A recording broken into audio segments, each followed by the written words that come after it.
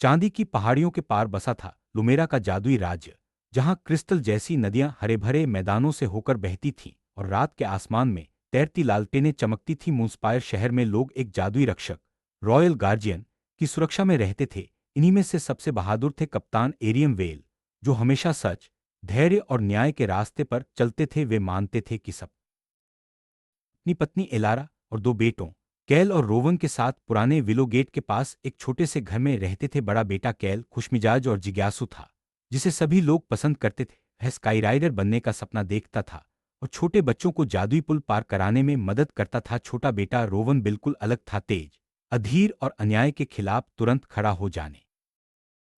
एक शाम कैल पूर्वी गांव से लौट रहा था, तभी चांदनी सड़क पर एक अजीब सी गाड़ी दिखाई दी। उसके पहिए काले क्रिस्टल के बने थे और उसे कोई घोड़ा नहीं खींच रहा था। वह गाड़ी कैल के ग्लाइडर से टकराई और धुंध में गायब हो गई। जब तक एरियन घाटी में पहुंचे, उनका बेटा लापता हो चुका था। यह रात उनके जीवन में एक गहरा घाव छोड़ गई, जिसका जवाब किसी के पास नहीं था। एरियन ने हर जादुई सुराग की जांच की, लेकिन दुर्घटना बहुत सोच समझकर की गई थी। सड़क पर कोई पजन नहीं थे, गाड़ी गायब हो चुकी थी और गवाहों को बस एक ठंडी नीली लौ याद थी। एरियन ने कभी झूठे सबूत नहीं बनाए, भले ही उनका दिल टूट चुका था। रोवन यह सब चुपचाप देख रहा था और सोचता था कि कहीं न्याय सिर्फ इन चार का बहाना तो नहीं बन गया। मूनस्पायर में एक और खतरा था, दो निर्दयी जादूगर, वार्गन क्रो और सिलास फ्लिंट, जो छुपे हुए क्रिस्टल व्यापार को नियंत्रित करते थे। वे व्यापारियों को डराते, गांव वालों को धोखा देते और जादुई प्राणियों से अपने गोदामों की रक्षा करवाते थे। कुछ भ्रष्ट प्रहरी उनकी चांदी की मुद्राएं लेकर शिकायतें गायब कर देते थे। एरियन जानता था कि वार्गन और सिलास अंधकार के फैलाव से जुड़े हैं, लेकिन बिना सबूत के उन्हें गिरफ्तार नहीं कर सकता था। वह सुराग जुटाता, गवाहों की रक्षा करता और लुमेरा के प्राचीन कानूनों के भीतर ही काम करता रहा। उसका वादा था, वह शैडो लॉर्ड्स को गिराएगा, लेकिन खुद कभी निर्दयी नहीं बनेगा। रोवन को अपने पिता का तरीका सहन नहीं था। वह तुरंत कार्रवाई चाहता था और मानता था कि डर का जवाब डर से देना चाहिए। उसका गुस्सा तब और बढ़ जाता जब वह वार्गन के अनुयायियों को बाजार में हंसते देखता। केवल मीरा फर्न, गांव के प्रहरी एल्डन फर्न की बेटी, ही उसे शांत कर पाती थी। मीरा ने उसे समझाया कि साहस और क्रोध एक ही चीज नहीं है।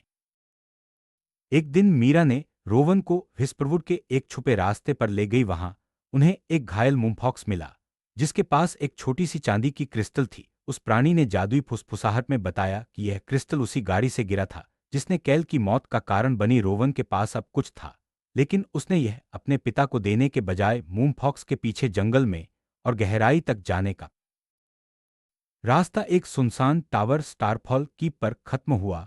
रोवन ने देखा कि दरवाजे के चारों ओर काले क्रिस्टल के चिन्ह चमक रहे थे। अंदर मूनस्पायर के नक्शे, कैल के ग्लाइडर की तस्वीरें और एक योजना के दस्तावेज थे, जिसमें शहर के नीचे छुपे प्राचीन एम्बर सर्प को जगाने की बात थी। वार्गन और सिलास उसकी आग से पूरे लुमेरा पर राज करना चाहते थे। रोवन को समझ आया कि कैल की मौत कोई दुर्घटना नहीं थी। यह सब इसलिए हुआ क्योंकि कैल ने अनजाने में शैडो लॉर्ड्स का रहस्य उजागर करने वाला संदेश ले लिया था। रोवन का गुस्सा अब ठंडा पड़ने लगा और मीरा ने उसे समझाया कि उन्हें घर लौट जाना चाहिए, इससे पहले कि टावर के रक्षक जाग जाए। रोवन आखिरकार घर लौटा और चांदी की क्रिस्टल अपने पिता को सौंप दी। उसने सब कुछ सच सच बता दिया, यहां तक कि अकेले जांच करने का फैसला भी। एरियन अपने बेटे की बहादुरी से डर गया था, लेकिन उसे यह भी समझ आया कि रोवन ने रहस्य का आखिरी टुकड़ा खोज निकाला है।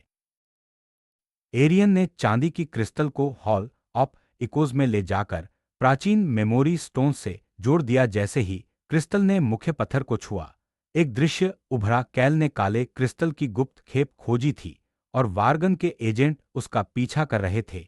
यह दृश्य सबूत था कि कैल की मौत एक साजिश थी।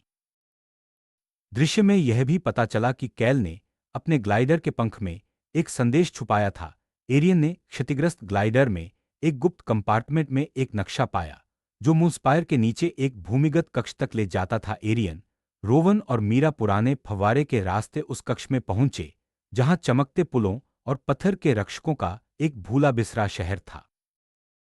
वार्गन ने पहली रून को तोड़ा और भूमिगत कक्ष कांप उठा। एक विशाल आंख गेट के नीचे खुली सिलास को लगा कि प्राचीन सर्प उसके आदेश मानेगा, लेकिन सर्प किसी का गुलाम नहीं था। मूनस्पायर में भीषण युद्ध छिड़ गया। एरियन ने अपनी प्रकाश निर्मित छड़ी से लड़ाई की, मीरा ने लोगों को सुरक्षित रास्तों पर पहुंचाया और रोवन ने चालाकी से दुश्मनों को क्रिस्टल बबल्स में फंसा दिया। वार्गन ने सबूत मिटाने के लिए मेमोरी क्रिस्टल तोड़ दी, लेकिन रोवन को याद था कि सच्ची यादें दिलों में बची रहती हैं। उसने कैल का संदेश दोहराया, जिससे सातों रून चमकने लगे। अंतिम सील को खोलने के लिए शक्ति नहीं, बल्कि ईमानदारी चाहिए थी। एरियन ने अपने डर और दुख को स्वीकार किया, रोवन ने अपने गुस्से को, और मीरा ने न्याय के लिए अपनी आस्था को। उनकी सच्ची बातें गेट की। एम्बर सर्प जाग गया, लेकिन वह बुरा नहीं था। उसकी चमकती परतें सूर्योदय जैसी थीं। वार्गन ने उसे काले क्रिस्टल से नियंत्रित करने की कोशिश की, लेकिन क्रिस्टल टूट गया। बिना जादुई हथियारों के वार्गन और सिलास को शहर के रक्षकों ने घेर लिया। एरियन ने उन्हें बदला लिए बिना गिरफ्तार किया। मूनस्पायर के नागरिकों ने पहली बार सच्चाई देखी। रोवन ने आखिरकार अपने पिता के धैर्य को समझा। न्याय धीमा था, क्योंकि एरियन ऐसा केस बना रहे थे जो हर झूठ से बच सके। एरियन ने भी रोवन से सीखा कि न्याय में साहस जरूरी है, और इंतजार कभी कभी निष्क्रियता का बहाना बन सकता है। उनका मतभेद अब एक साझा सीख बन गया, जिसे वे हमेशा साथ लेकर चलेंगे। महीनों बाद मूनस्पायर बदल गया। भ्रष्ट प्रहरी हटाए गए, व्यापारी सुरक्षित हुए, और छुपा क्रिस्टल व्यापार खत्म हो गया।